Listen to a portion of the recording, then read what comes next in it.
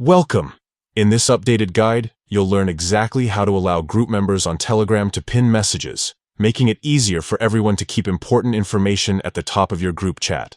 Let's get started. First, open the Telegram app on your device. Make sure you're logged in and ready to go. Next, head to the group chat where you want to enable this feature.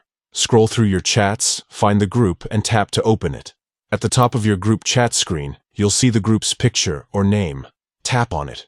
This will take you to the group's information page, where you can see details about the group and its members. Now look for the edit icon, usually a small pencil or similar symbol, at the top right corner of the screen. Tap this icon to enter the group's edit mode. Once you're in edit mode, find and tap on the option labeled Permissions. This section controls what group members can and can't do. Inside the Permissions menu, look for the switch or toggle labeled Pin Messages. By default, this option might be turned off, meaning only admins can pin messages. To allow your group members to pin messages, simply toggle this switch on. After you've enabled the Pin Messages option, make sure to save your changes.